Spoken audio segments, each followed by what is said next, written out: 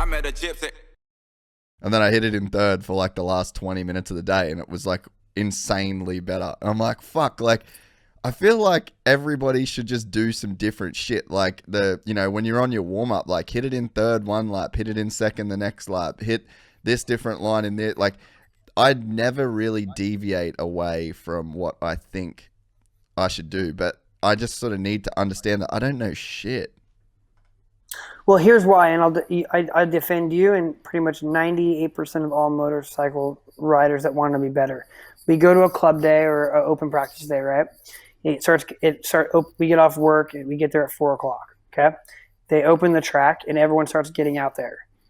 Well, it's like getting on the freeway on the 91 at 5:00. Everyone's hauling ass. You're like, oh shit, I gotta go.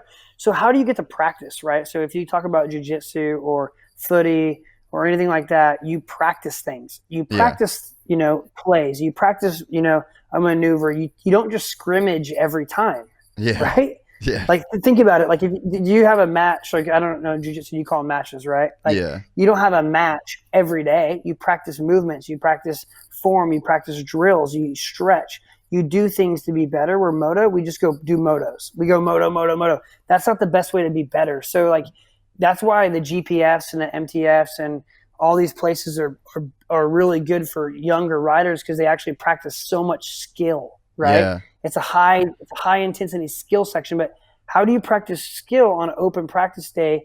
It's really tough and dangerous cutting the track. Some tracks don't let you cut the track to work on a section. So the best is to find an open paddock, make a figure eight, and work on the stupidest simple things, Yeah.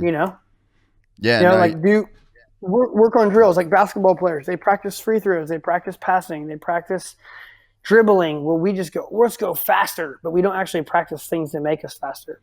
Like I sort of said earlier, that whole deal has come from jiu-jitsu. Like, I've done the thing that when I, like, last year or the last 2 years in comps, I won every single match with the same fucking submission. That's rad. And it's like, there was two that I've won with something different, but they were both the same thing. So I've literally got like an A submission and then two matches what I won with my B submission. I've done those fucking things so many times, dude. Like, I know I got long ass legs. I'm good at triangles. I know 100 different ways to die in the West with a triangle. You know what I mean? Yep. And it's like, so then I've practiced it and practiced it and practiced it and practiced it, because I'm like, okay, game time, I know I need to be good at this. Like, this is my highest percentage thing. And it wasn't until I really figured that out where I was like, I'd have never in my life done this in moto. So let me throw this at you. So, like, I'm a huge cycling and mountain bike guy, right? So, like, moto guys, like Thursday at Glen Helen before the Nationals, there's like half the fields out there just smashing motos, right? At high heart rate, burning calories, beating their bodies up. Then they got to come home. They got to rehydrate. They got to recover. They got to pack their food. They pack their gear, eat dinner, get on a flight at sunrise. I mean, you've done this rat race, right? Yeah. Get on a flight at 4 a.m., fly across the country with bad air, lose 2-3 hours of time, maybe 4, have swollen ankles, and then go race the next day.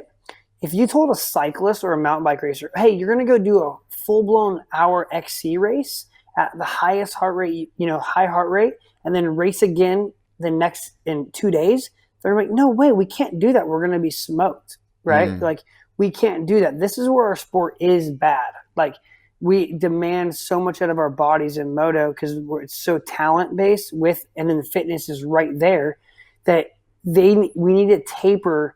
Riders aren't tapering their bodies. So what Gareth Swanepoel has done, and I hope he doesn't get pissed me telling everyone, but what he does is called tempo training, right? So, like, for cyclists, you'll go out and ride at your heart rate 130 to 140. Like, you're burning calories, you're getting good blood flow, you're working hard, but then, you're getting good muscle memory, but you're not overexerting yourself, right? So how do you do that with moto?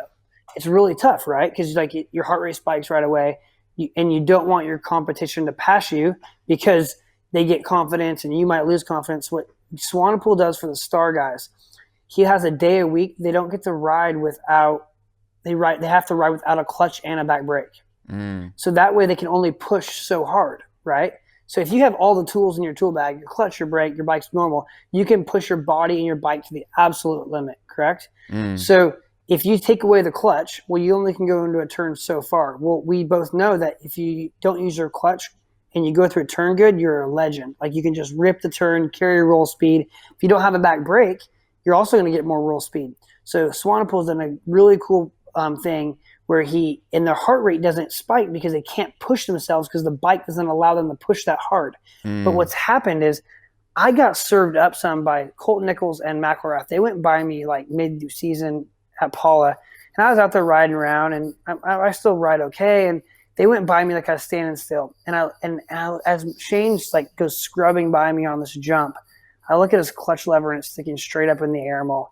That fucker just passed me like I'm standing still, no clutch or back brake. I have full control of my bike. And that's what a lot of those things, and their heart rate's not spiking. So he's figured out a way to not only better their craft by riding, by not skidding with the back brake, not overriding the clutch, but he's also making sure their body doesn't overexert in that day riding. So it's like you can do drills. It's a drill. It's not just motos. There's a drill and there's a plan. So I think our sport's very technically advanced with motorcycles. We do, VO2 max. We have training programs, but the very nuts and bolts of what we do, most trainers aren't even training the riders the right way. They're going faster, faster. Well, how do you get faster? Can you tell me? Alvin Baker's not going to tell you how to go faster on the bike. He's going to build your body. You need to figure that out on yourself, like on your own, or have a riding coach. Where like Villeman's a riding coach for Ferrandis, and there's other guys that are riding coaches. Michael Burns, like a riding coach with team manager, right?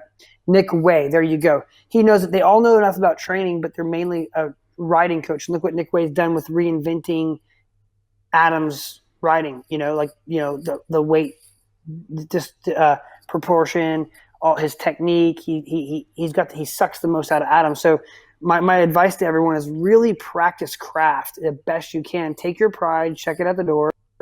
Do laps with no clutch. Do laps with no back brake. Really work on things that actually can make you better than just doing the same thing over and over and expecting a different result.